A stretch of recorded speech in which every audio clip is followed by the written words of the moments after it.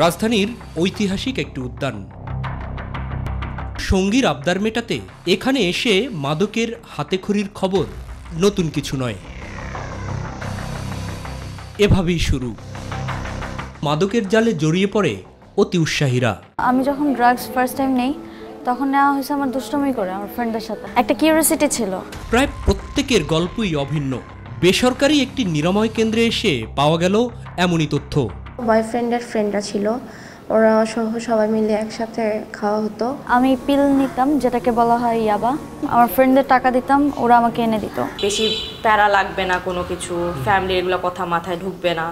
So এভাবেই ড্রাগসের দিকে বেশিভাবে ঝুঁকে যাওয়ার। এরপর চাওয়া মাত্রই পাওয়া।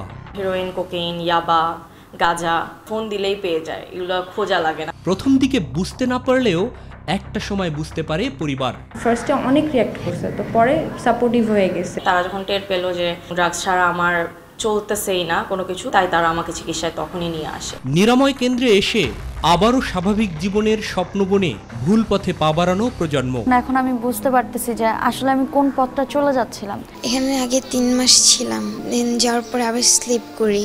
আরও একখানে ছিলাম, টর্চার করা হয়, তো সেখানে ট্রিটমেন্টটা ভালো ছিল না। যে চিকিৎসার জন্য তারা যে এক্সপেন্সটা নিচ্ছে সেটা জানি একটু কমিয়ে আনা হয়। নারীদের চিকিৎসার ক্ষেত্রে একটা স্ট্যান্ডার্ড দাঁড় করানো উচিত যে মেয়েদের চিকিৎসা সেবা মেয়েরাই পরিচালনা করবে, তাহলে সেটার প্রতি পরিবারের একটা আস্থা অর্জন হবে। বেসরকারি পরিসংখ্যান অনুযায়ী দেশের 20 ভাগের প্রায় 1 ভাগই কোনো না কোনোভাবে মাদকের ছোবলে আহত। ওই যে বাংলাদেশে 80 লক্ষের কাছাকাছি মাদকাসক্ত রয়েছে। আগামী 2020 সালের মধ্যে এটা 1 কোটিতে চলে যেতে পারে।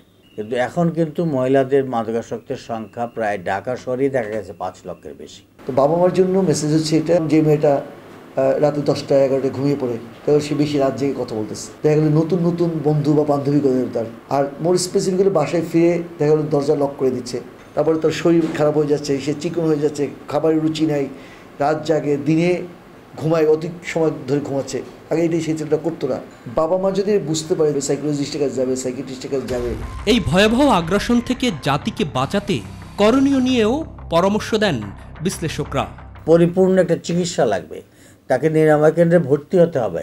মাদক বিরোধী অভিযান, সে সাথে চিকিৎসার জন্য তাদেরও চিকিৎসা কেন্দ্রের নিয়মিতকরণ, এই বিষয়টা অভিযানের মধ্যে আনতে হবে। এটার বিরুদ্ধে একটা সামাজিক আন্দোলন গড়ে তুলতে হবে, এবং সেটা কিন্তু এখনও সেভাবে উঠে নাই। সরকারের আন্তরিকতার সাথে সাথে যদি সংশ্লিষ্ট প্রতিটি বিভাগ সমানভাবে তৎপর না হয়, তাহলে হয়তো মাদকমুক্ত সমাজ বিনির্মাণের যে প্রত্যাশা তা থেকে যাবে কেবল স্লোগান সর্বস্বই, আর এই বিষয়টি কাম্য নয় কোনোভাবেই। বিশ্লেষকরা একটি বিষয় খুবই গুরুত্বের সাথে দেখতে বলছেন, তা হচ্ছে ইতিমধ্যেই যারা এই মাদকের ভয়াল গ্রাসে আক্রান্ত হয়েছে তাদের সুচিকিৎসায় নিতে হবে যথাযথ ব্যবস্থা। প্রিয় দর্শক, মাই টিভি আপনাদের টিভি, তাই আপনাদের কথাগুলো সবসময় আমাদের চোখ দিয়ে তুলে ধরছি আমি মাহবুব সৈকত। নাগরিক স্বার্থ সংশ্লিষ্ট যে কোনো বিষয় আপনিও জানাতে পারেন আমাদেরকে।